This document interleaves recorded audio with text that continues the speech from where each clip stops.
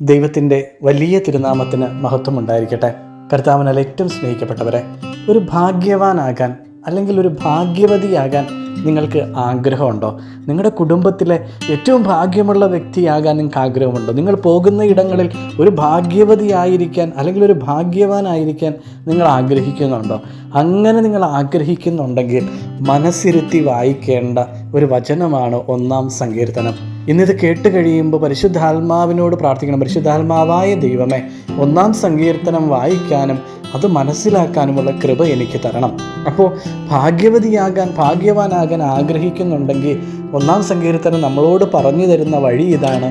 1-ാം സങ്കീർത്തനം 1-2 വചനങ്ങൾ പ്രത്യേകിച്ച് 1-ാം വചനം ഇങ്ങനെയാണ്: ദുഷ്ടരുടെ ഉപദേശം സ്വീകരിക്കുകയോ പാപികളുടെ വഴിയിൽ വ്യാപരിക്കുകയോ പരിഹാസകരുടെ പീഠങ്ങളിൽ ഇരിക്കുകയോ ചെയ്യാത്തവൻ ഭാഗ്യവാൻ. ആരാണ് ഭാഗ്യവാൻ? ദുഷ്ടരുടെ ഉപദേശം സ്വീകരിക്കരുത്.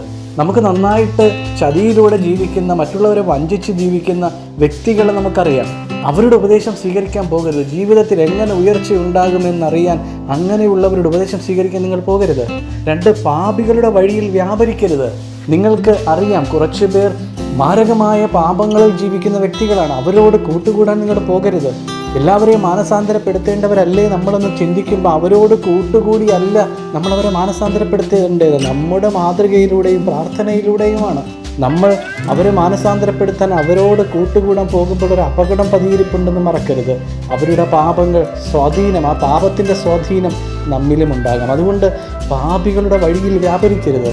3-ാമതായി 1-ാം സങ്കീർത്തനം 1-ാം വചനം ഭാഗ്യവതിയാകാൻ, ഭാഗ്യവാനാകാൻ നമ്മോട് പറഞ്ഞു തരുന്ന വഴി പരിഹാസകരുടെ പീഠങ്ങളിൽ ഇരിക്കരുത് എന്ന് പറഞ്ഞാൽ മറ്റുള്ളവരെ പുച്ഛിക്കുന്ന, മറ്റുള്ളവരെ കളിയാക്കുന്ന, മറ്റുള്ളവരെ കുറ്റം പറയുന്ന, മറ്റുള്ളവരെ എപ്പോഴും പരിഹസിക്കുന്നവരുടെ കൂട്ടത്തിലേക്ക് നിങ്ങൾ പോകരുത്. അതിനുവേണ്ടി നിങ്ങളുടെ നാവ് നിങ്ങൾ ഉപയോഗിക്കരുത്. ദൈവം സൃഷ്ടിച്ച എല്ലാവരിലും ദൈവത്തിൻ്റെ വലിയ അനുഗ്രഹവും കൃപയുമുണ്ട് എന്നതുകൊണ്ട് തന്നെ ആരെയും പരിഹസിക്കാൻ പോകരുതേ. ഒരു ചെറിയവനെ പോലും നിങ്ങൾ നിന്നയോടെ കാണരുത് എന്ന വചനം നമ്മളോട് പറയണം. ഭാഗ്യവാനാകാൻ ആഗ്രഹിക്കുന്നുണ്ടോ? ഭാഗ്യവതിയാൻ ആഗ്രഹിക്കുന്നുണ്ടോ? ഈ വചനം മനസ്സിരുത്തി ഒന്ന് വായിച്ചു നോക്ക്. പിന്നെ ഒരു കാര്യം പ്രത്യേകം പറയും: അവൻ്റെ ആനന്ദം കർത്താവിൻ്റെ നിയമത്തിലാണ്.